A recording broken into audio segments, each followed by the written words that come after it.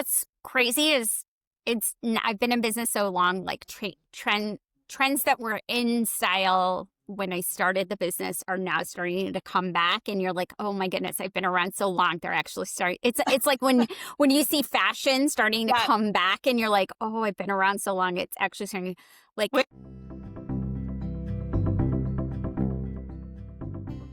Hello. Hello. Welcome to We'll Sleep When We're Dead, and we have another guest, which we're so excited about, Missy, which is a old friend, employer. I don't know how to explain it. You were a friend, but you were my old employer. Anyway, you started and still run Honeybee Weddings. I do. In Chicago. Thank you so much for being here. So many years later. Thank you for having me. I'm so excited. Yeah, thank you. It's so funny because I don't know how many of these you've listened to yet, Missy, but every guest that we have at this point, Lucy has never met except until this moment. But then as we were just recapping before we started recording, you have met because Lucy was a bridesmaid. So technically you guys have met, but in a very different setting. But it's always so fun because then I give this like long-winded way of how we met. So here we go. I'm going to tell everybody of how and why you're on this wonderful podcast. So, okay. So Missy, I also think it's funny too, Luce, because I talk about how many places I've lived and I don't know if I've talked about Chicago. And it's kind of interesting to think that we're still uncovering them for the listeners. That's how many places you've lived that we're, back to the first one post-college, which is so exciting. And that's so long ago. And it's funny, even when I connected with you, Missy, you were like, are you still at this address? And I was like, nope.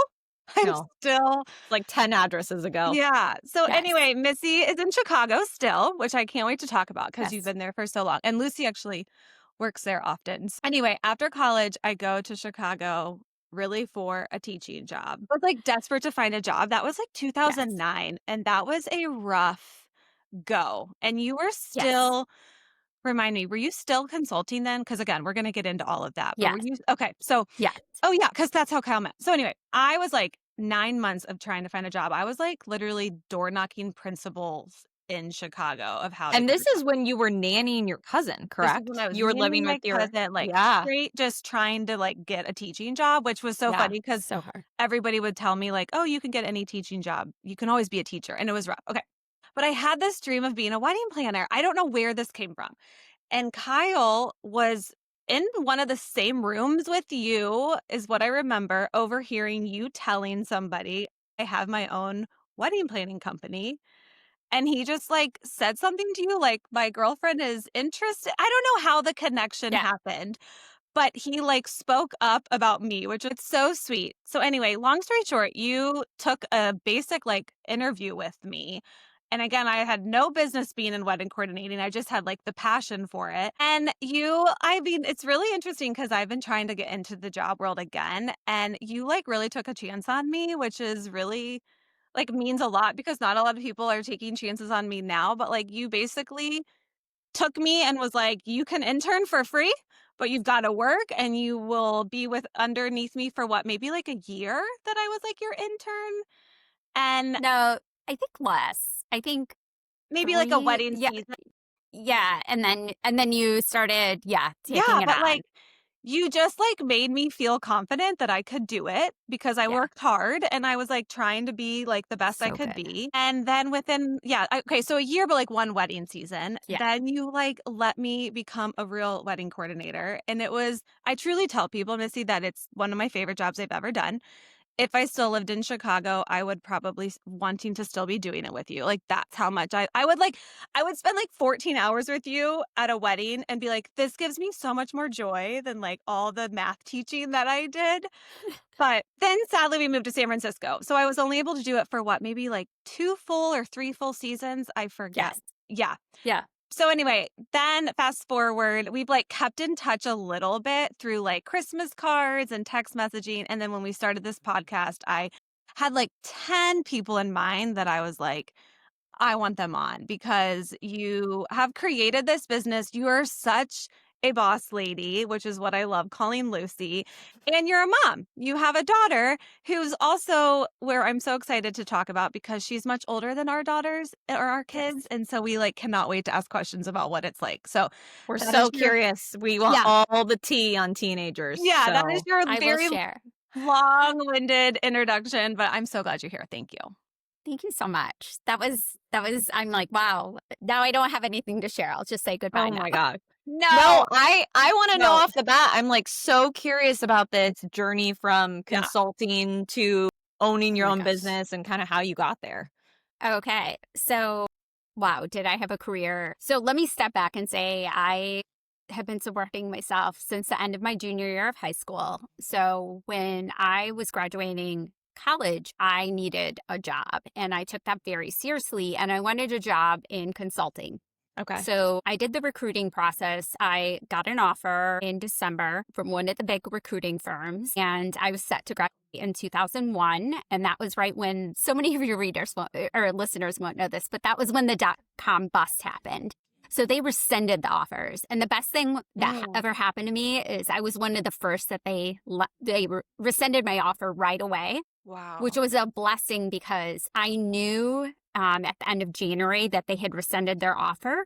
And so I had almost 4 months to find a new job.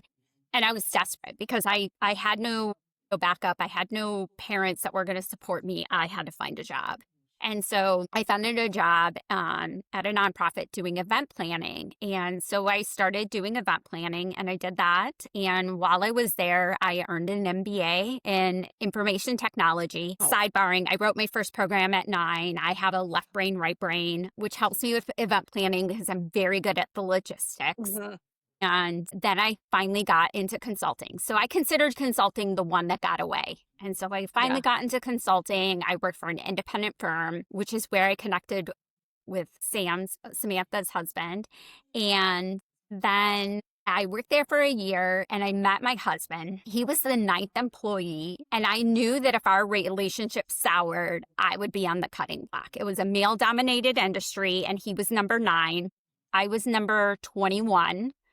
Because it was a startup, it was a new company, but nonetheless, he was in so much more, and just being a female is I will get screwed if I stay here. So I went to a big consulting firm, and then I worked there for a couple of years, and then I moved to a software company as a project manager. And I was like, I thought this was the one that got away, but actually I really liked event planning so much more than this. And so in 2007, I opened my company. And I was doing a side hustle before anyone called it a side hustle. Yeah. It was just this thing that I was doing. And people were like, you're very bizarre for doing this thing. And I was like, okay. So I would fly out on Monday to the client site, work till Thursday. My nights, instead of going out and drinking and eating with the other consultants, I would go back to the room and email my clients. Friday, I would fly back Thursday night. Friday, we could work from home, finish our billable hours. I would go to the rehearsal. I would work all day Saturday at the wedding. Sunday, I would do laundry, pack, and then Monday, I would be back on the road. And I did that for 3 years. I did that while I was pregnant. Mm-hmm. I had 7 weddings the last 8 weeks of my pregnancy. I had a wedding. Samantha can tell you the story where I had a wedding the day I delivered. I tried to stop at the hospital at the peninsula on the way to the hospital. And my husband's like, absolutely not. We are, your business has taken over our lives. You are going to the hospital to deliver. We're not, Honeybee Weddings is taking a pause today. And so, I delivered. And then 6 weeks later, I was back at a wedding. And then 12 weeks after that, then I resigned. And so... Missy, in all fairness to you, if you were delivering at Prentice and the Peninsula are not that far from each other. Thank you. It was on the same street. I was it's on Superior. I was like, you could park. Just tell them we're not going to valet. I'll run up to the suite. I'll say hello. And it's a scheduled C-section. I was not in active labor. I was like, I'll just say hello. Let the bride know I'm thinking of her. And then we'll go in. He was like, absolutely not.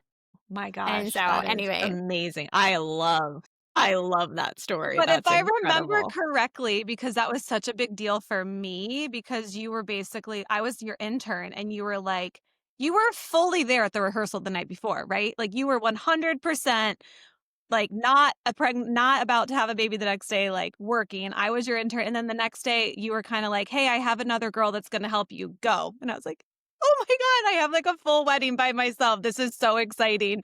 Also nerve wracking because this is Missy's wedding, not my wedding. But it was like, yeah.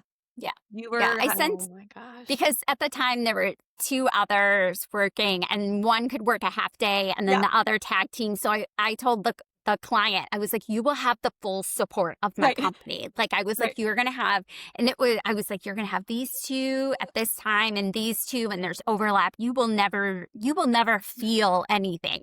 Like I overwrote every single detail. I was like, you can text me. I'll be available except from these hours when I'm in the operating room. And oh my gosh, you're like, me. And if anything really goes wrong, I could walk. I could like pick up and walk over there if I need to. So, oh my gosh, that's so interesting. Okay, so Missy, I'm curious, like that critical point where you were like, okay, I can't do both jobs and have a baby. Was that decision more driven by the fact that it was like, holy cow, I have a baby and this is like a totally new juncture in my life? Or was it like, Honeybee had gotten so large and was taking up such a big portion of your time and energy that you couldn't do both or all 3?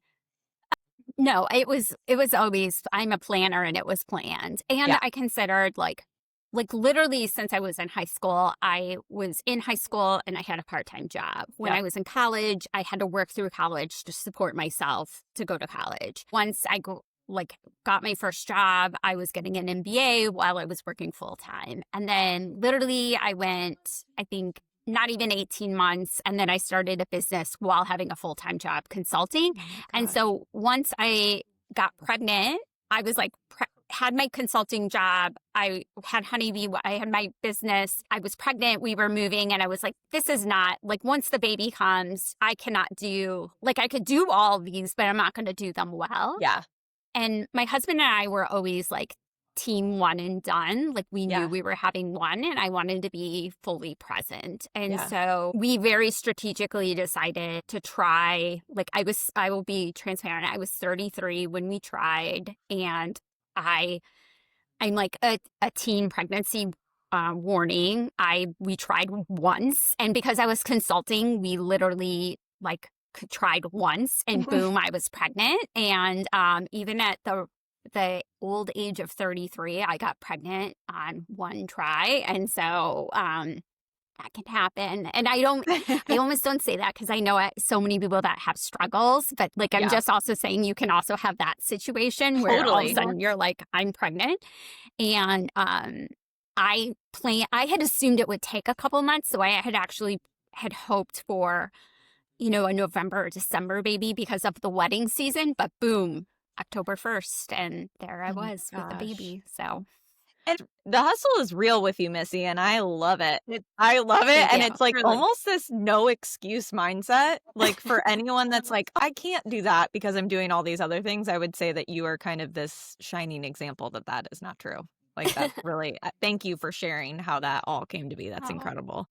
I felt that as your intern. Like, I'm not just saying this, like the things that I have taken from those 3 or 4 years, like Missy was like one of those where it's like you did not want to disappoint because she taught you exactly how to be great and she just expected that from you. Like, I remember I made a spelling error in one of my emails and you like immediately were like, this is not going to work. You need to take the time to proofread your emails. And I was like, you're absolutely right. I mean, now with probably all the technology that would never happen.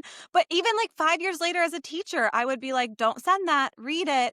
Like, except now it's funny because Lucy knows when I text, I literally am the worst. I will. Oh my gosh, what was Mekong? Yeah, I can't. I mean, there's just so many times, and I can't help but make fun of her every single time. I'm like, I don't know what this means. I can translate it, but I'm not entirely sure. Yeah, Lucy doesn't get my proofread, but really, you are you really showed me that you could do. I don't want to say it all, but you could do a lot if you put your mind to it. And that hustler mentality was really inspiring. I have a question now that I'm a mom, though, because obviously that wasn't even on my table then. I would love to get back into wedding planning. It's probably not my thing, but I kept being like, gosh, it's like so not the best job. It's all Saturdays. It's all Fridays, like for a mom. So how was that, like your first few years with Francesca? Because you have this baby, but then you're gone for like 10 hours as a wedding planner. And now I'm wondering, like, how did you do that? Like, what system? We always ask what your systems are, but I want to know, like, back then versus now. Now she's much older, so it might be easier. But like, what were those like 4 or 5 years like? Because I was gone. So actually, it was easier then than it is now, which is probably surprising you. Interesting.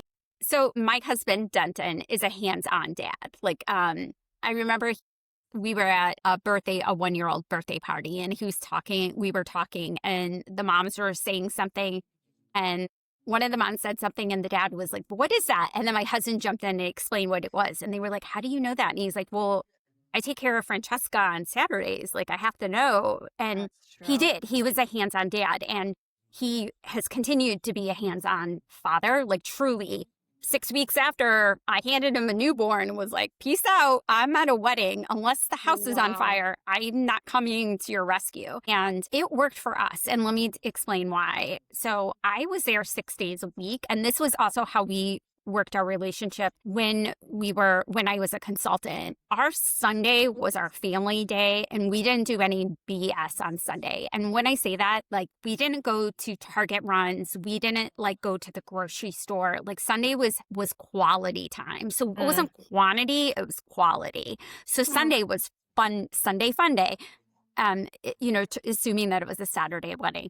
And that meant that Sunday, we went on a picnic. We went to pumpkin patches. We did that as a family, and we did not do like we didn't do taxes that day. Yeah. And remember, I do even more than when you work with me. I focus now on more luxury weddings. So I've never done a thing where I'm working, 50 weeks out of the year. I work at a higher price point. So I'm working less weekends.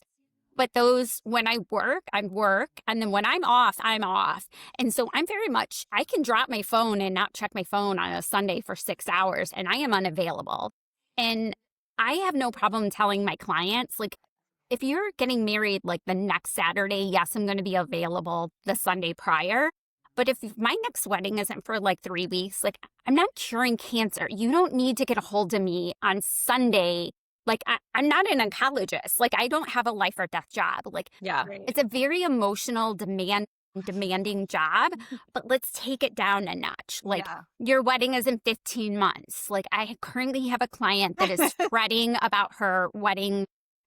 She was fretting about something 14 months before her wedding. And I was like, it will be okay. Like, I know your concern. I'm validating. I see your concern. And I'm telling you, as someone that has been doing events for, this much long in career, this is not really a concern. Yeah. I feel it. And I'm telling you, as an expert, we can put a pin in this and it will be resolved. It was a venue related issue. It was like, and I'm trying to be like respectful of confidentiality, but totally. And so, like, I have no problem at all saying, so like, I can compartmentalize and focus and be like, Sunday is our family time. Plus, I get to do the school run. So we do like that. Anytime the school needed volunteers, that's me. No one wants to talk to a wedding planner at 9 a.m, like, very rarely. Yeah. And I've been a Girl Scout leader for 11 years. Wow. I've been the troop leader. So I get to do a lot of things that I would argue that maybe if you had a traditional 9 to 5 would be very challenging. Yeah. There's a lot of things that I can do that I would argue that maybe in another role you would not be able to do. That's reframe. I'm interested though, because you did mention it's harder now than it was then. That's so I'm curious, what, you have an older daughter now, and we've heard this before, just from people that like this was advice that I have been coached in my career, where it's like you feel the need to take a step away when your kids are young, but the reality is like it actually is more beneficial to them when they're older for you to be more present. So I'm curious 100%. Kind of what your perspective is on that. So I would say, so you just to frame what you're going through in the phrases. So you have newborn, you have like the toddler, little kid phase, you have the, big kid, then you go into elementary, middle school is a phase.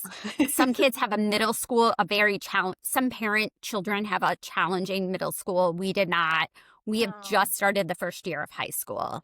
And what I have seen so far is I am now, and it's different also based on city and suburb, but I am driving her places and leaving her places. And I'm also getting like, hey, my friends want to walk to Starbucks. Can you pick me up an hour later? And I'm like, girl, that does not work with my schedule. I'm a heavily scheduled person. I have to be somewhere 15 minutes after I'm supposed to pick you. If I pick you up in 45 minutes later, I have to be magically somewhere in 15 minutes.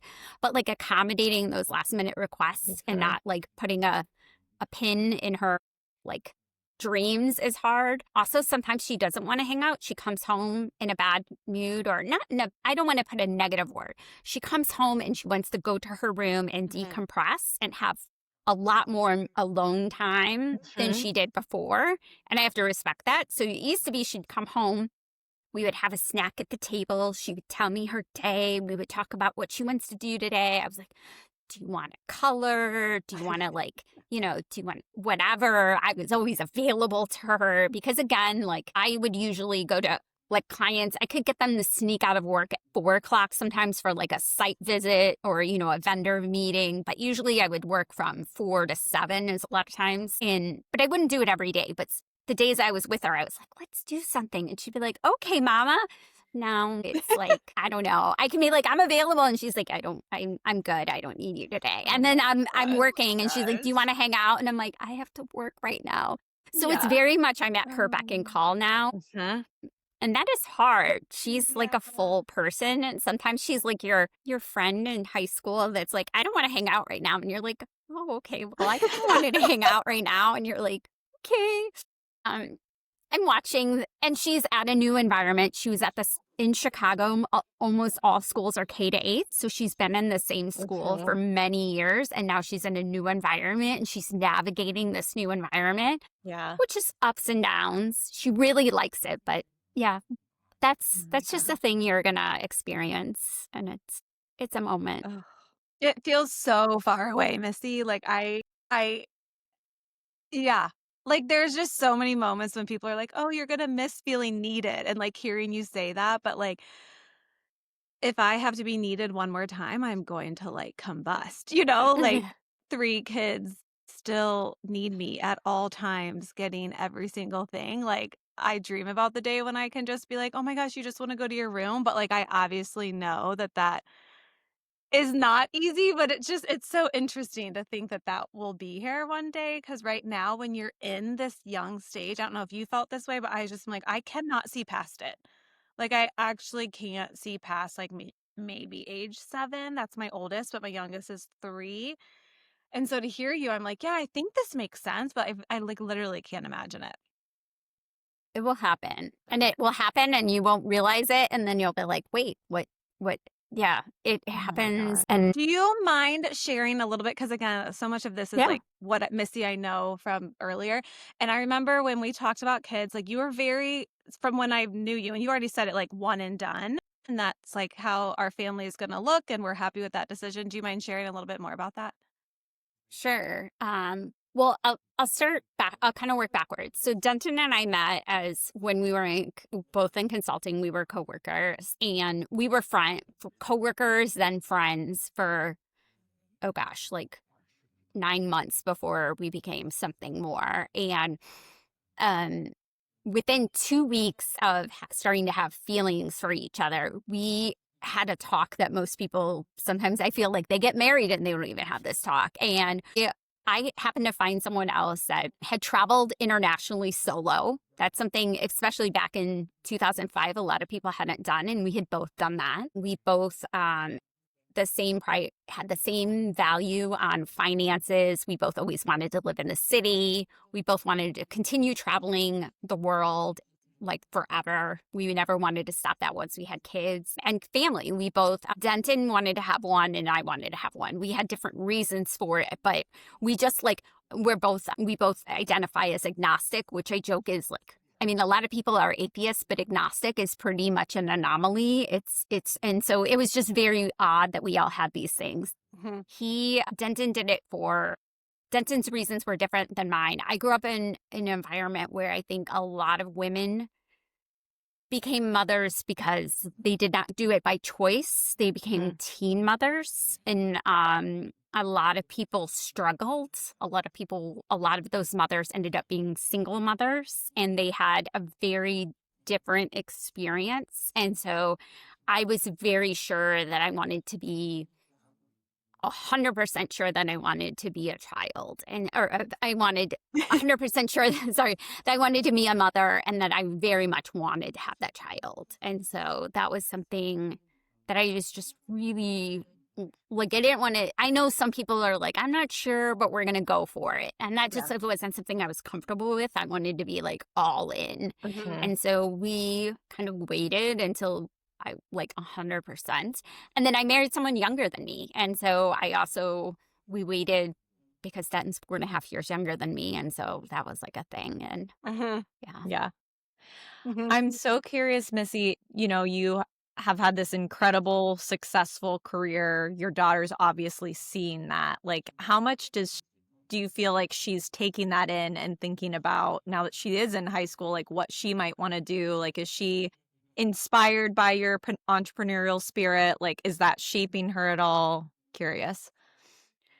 I don't anticipate her becoming an entrepreneur, but I think she is a real great mix between me and Denton. She is definitely a go-getter. She has, since she's been 9, she has said she wants to go to Harvard.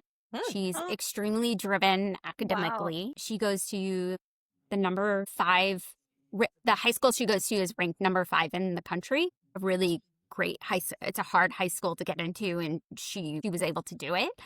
But that doesn't mean Harvard is what it is. She goes between psychology and wanting to go into law. And so I don't, that's not just like Harvard isn't my choice. Her career isn't my choice, but there have been times where I'm like, do you want to go to a movie? And she's like, no, I have to study. And she has done that since 6th grade. And so that is just like a level of determination that you don't often find in someone 11 or 12. And so, she has something, she's different than me, but yes, she has a determination that I am very proud of. She sounds inspirational to me. I would love to meet her. Oh my goodness. That's incredible. Thank you. Well, she's... Okay, so I'm curious about what Honeybee Weddings, just for like a hot minute. Yeah. You said that you because it's evolved since I've seen you. You do less, but it's more luxury. Like, do you still have a few coordinators underneath you? Is it just you now? Like, what does it look like? Because when I was there, you had like 3 or 4 maybe, and you were doing like, I don't know how many weddings a year. I was doing maybe 6 or 7. So what is it like now? How has it evolved? Sure. Oh my gosh, so many things have changed. Yeah. And what's crazy is I've been in business so long, like trends that were in style when I started the business are now starting to come back, and you're like, oh my goodness, I've been around so long. They're actually starting. It's like when you see fashion starting to come back, and you're like, I've been around so long. It's actually starting.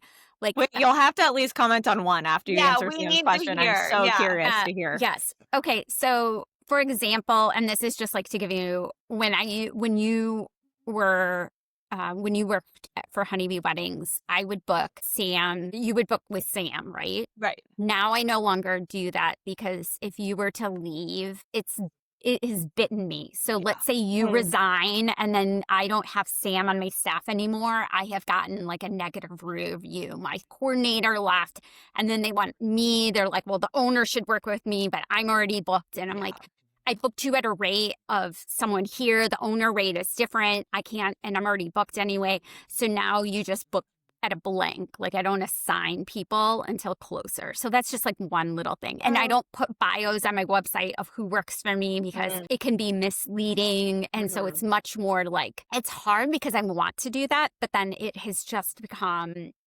people are different now. And I know we can talk about generations and values, or the world is different, but it's amazing to me that someone will take a wedding and then for 15 months in advance. And then 8 weeks later, they're like, I resign. And I'm like, you just took a wedding for, August 28 weeks ago. And now you're telling me they just don't understand. And there's no, I don't know. I don't want to use the word honor, but there's no.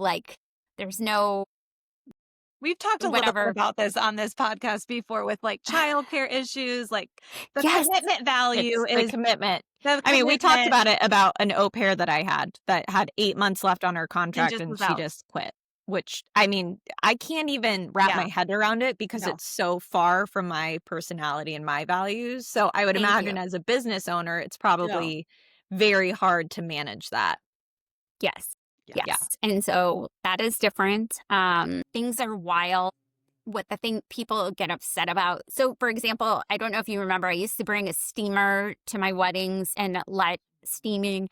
I had a bridesmaid use my steamer, which was a professional $850 steamer. She steamed the bride's veil, put a hole in it, then blamed my steamer. And then the bridesmaids ganged up and were like, yeah, your steamer is something's wrong with your steamer. And I was like, no, it's like an $850 steamer and you held it too close to the veil. And respectfully, the veil was a fine material. So now I don't bring a steamer along. Like there's just liabilities now that you have to protect yourself in ways because it feels like you just have to kind of watch out and you have to be very careful. But I'm also working as of more in the business. I'm able to charge quite a bit more and I tend to work at a higher level because that's just the area I've decided to go for a more premium client. And then the thing that I'm the most excited about is that 6 years ago, I started working in something that I called sustainable luxury market. And so that you could have this. So for a long time, when you heard the word sustainability, you thought of like hippie, eco-friendly mason jar. And it was like, there's a way to do it where it can be luxury. And one of the women that I thought of course, as soon as I said this, her name went out of my market, Stella McCartney. And she has been, her whole fashion line, I'm really inspired by fashion, has been very sustainable, but it is a premium, line. That is something that is sold at premium department stores. I was like, there's a way to do this extremely well where the guests don't really know, but you're doing it. And so I started to offer it and I pitched it to a local editor and her nose literally like shriveled when I suggested it. And I was like, okay, so maybe the market isn't there yet, but I still offered it. And it was very slow to be received. Like I didn't get a lot. And so I didn't switch 100% to it, but it was always an offering. And when you met with me, I would talk about it. Like, are you interested? Oh, that's cool. A lot of people were like, nah, or, but I still consistently offered it. And I just got interviewed by CBS News and I've been starting to get more and more clients. And so if you book with me for full planning, I will compost your wedding it's in my package. If you don't want your wedding compost, I do not even discount it. It's just like included. So someone can't say like, well, I don't want it. Can you take some, off the pack? It's like, no, it's just included. And there's some things I can do to make your wedding, just so much goes into it. All those flowers, I can compost them for you. Your guests have no feel. It's not like a single thing is different. Right. That green stuff that they put the flowers in, highly carcinogenic. We don't use those. And so just little things that are you would never know. And so, that's really one thing. That's something really big that we offer that I'm really excited about. And I hope that just becomes a little more just like the nail polish, like there's just a little more things that we can do. Like you don't use BPA now in baby bottles and they were very common 15 years ago. And so like just those little things that we can do to make the world better that I'm really excited about. I love that. That is so cool. Making impact where you are. That's really neat. I love it. Okay. So what are like 2 things that have come back real quick? Jewel tones are back, which was very big in 2007. That would probably be the biggest one that is wild. And then the return of silver. Gold, it flipped up. When I got married, it was silver. And then right within 2.5 years after, it switched to gold. And it has been solid gold for about 15. Just in the last 18 months, silver is back. And I'm always like, oh, wow. I mean, I can do either. And I can plan a wedding. You can tell me the colors that I despise and I will plan it for you and make it look beautiful, which is always a thing. People think that they can be a wedding planner. I was like, tell me your least favorite color combo and can you plan a wedding in that color combo? Because that's like a true test. And so. Oh my gosh. Okay, color palettes. I have one last story time and then we'll wrap up because Lucy always has a good question. I have to, when you said flowers, I just have to tell this story, Missy. Yeah. Because, and this is the story that I'm surprised you don't remember, Lucy, but that's okay because it wasn't your wedding day. It was my wedding day. Okay. So, Missy, I worked for you, but you graciously said you'd be my wedding planner on my wedding day. And at that time, I could not afford a wedding planner. And Kyle really wanted our wedding needed to be about the food and the venue. So we basically, I think, put like 80% of our budget in food and venue. And then Missy was so good about helping me be like, you can do this cheap, you can do this cheap, you can do this cheap. And one of those was flowers. And so you graciously were like, we can cut so many things. Invitations can get cut, flowers can get cut. Like you can have the venue of your dreams and then everything will be budget. I just really wanted peonies flowers for my bouquet. Like, I was like, I don't care if I have any flowers at my wedding. I want to hold peonies. And we went to this flower. You took me to a flower person and we decided to do baby's breath as my centerpiece because it's like the cheapest thing. But it was actually beautiful in December. I actually still love baby's breath. And then you were like showing me like peonies are just out of the budget. And so I did like all this other work through other like, you helped me make this bouquet. So in my head, I was going to have this like roses, white flowers. It was all white flowers and I was fine with it, but I just really wanted peonies. And so my wedding day comes and I'm like super excited. I don't really cry at anything. I didn't cry at Kyle coming down. I didn't cry at anything. And you were like, your flowers are here. And I was kind of like, okay, like whatever. And I opened the box up and it was a bouquet of peonies flowers that Missy had gifted me. And I tell everybody I didn't cry on my wedding day except when I opened my box of flowers because it was just like the sweetest, truly like the sweetest thing. So I just have to share that story. Thank you so much. It was so sweet. I know it was like how many years later? I got married 14 years ago and it truly so. Yeah. And for every bride listening that's going to hire Missy, don't expect that. This was a special circumstance. That was a bit of a friend favor. Yes, I agree. Yes. Those are yes. That day I could not afford to do that for you. But that was for you. So sweet. You were very welcome. Yes. Well, Sam, do you want to play our last little game? Yeah, and then do you want to I always love the non-negotiables because I feel like Missy would have a yes. I find the question. I forgot about that. Yeah, I love when you ask that. We ask every guest, like in a week, you're balancing this huge major business that's your own business. You have a wonderful, driven daughter, a husband. Like, what are your non-negotiables for yourself that you just never let go of? Yes. So my non-negotiables are on Monday. I write out what my week is because my job is very inconsistent. Like some are very meeting heavy in person. Some are just meeting heavy via Zoom. Some are just data like on the computer. It's never consistent. I go into engagement seasons November to February. And so because of that, I have to write out my week so that I know what I'm in for. And when I have a lot of in-person meetings, then I know that I'm going to need more downtime. And so like I need to be able to balance it. And when I do me time, my me time might be different than yours, but my me time involves either reading. I love to just sit in my bed. I have a fireplace in my primary bedroom that is amazing. And I will just read in bed and we have a primary suite on our third floor. We're in like a city townhome, very like vertical. Yeah. And I close the door and that means to my husband and daughter, like, please do not talk to me unless you really need me. And I will just read. Or I also like pampering. And I say this and my daughter's like, you're so creepy. I like anything that involves touching me. Like you can do my hair, you can do my nails. I can get a facial, anything that like involves. And just making sure that I get what I need that week to make sure that I do ear seating when I'm really stressed and I know what I need and I just do those things. Yeah. And I don't treat it like it's not it's not icing. It's just what I need to be a good person. Don't say it's like, I shouldn't use the word pampering. It's just what I need to balance the things that I have on my plate.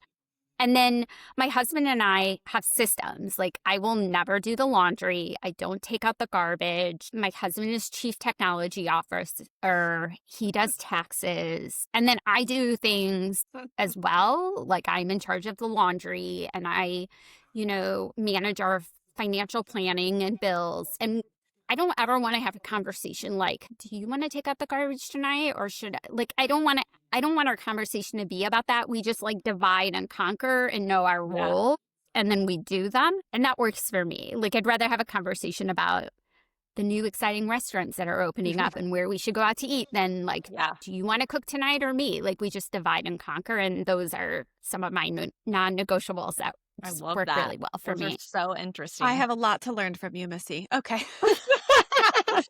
Okay, we'll be chatting. Okay, so quick little game. 5 of these questions out of the 6 are this fun way of thinking about brides versus being a mom. So it's like a this or that.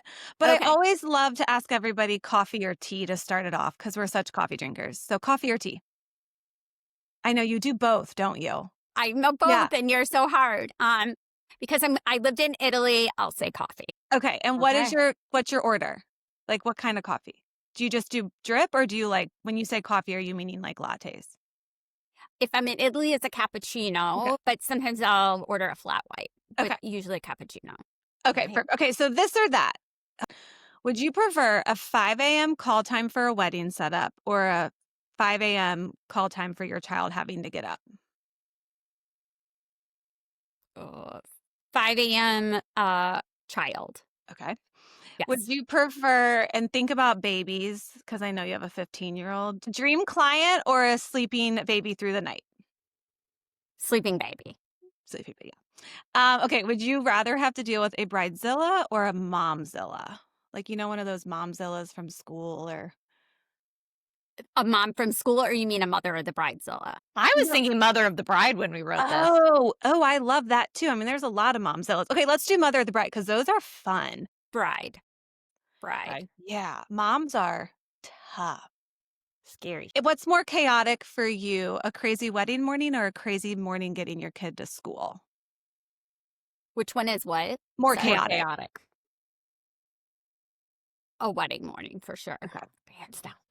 And then you personally, in your own life, what do you plan more carefully, your wedding or your birthday parties? Wedding. Yeah, you had such a great wedding. Oh my God. I mean, planned it to the perfection. Thank you so much, Missy. Thank you, Missy, for your time. This was so wonderful to get to meet you. Yeah, it was so nice to meet you. We always end our podcast, I don't know if you've listened to many by the end, so it's okay if you haven't, with a product or something we're loving. And I texted Lucy and I was like, Missy is a product girl. So do you have a product you're loving?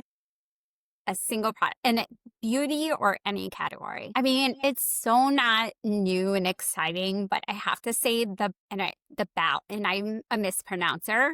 That is like a human flaw, a big flaw of mine. The Bala bands when I walk around the house, because they're like 3 pounds. I'm an anti-weighted vest because I don't know, I'm not on that trend, but they're 3 pounds on your ankle. And if you wear them all day, like, you feel it, and it builds strength. And you can, depending on your pant leg sock situation, you can even wear them out of the house on the DL and no one wears them. And it is like a little sneak in, like, I didn't get to work out today, but I wore 3-pound ankle weights all day. And my legs are jacked now. And I feel like I did, like, you know what I mean? Sometimes it's about balance. Like, I could not get to the gym and I could not work out, but I got 3 pounds. I worked from home. And I wore these all day. I wore them to Trader Joe's. I wore them to. Oh my gosh. So I love consider. That is a great one. Oh my gosh. I love it. Okay. Well, thank you again. This was wonderful. Missy. Thank you so much. It was so fun. Bye.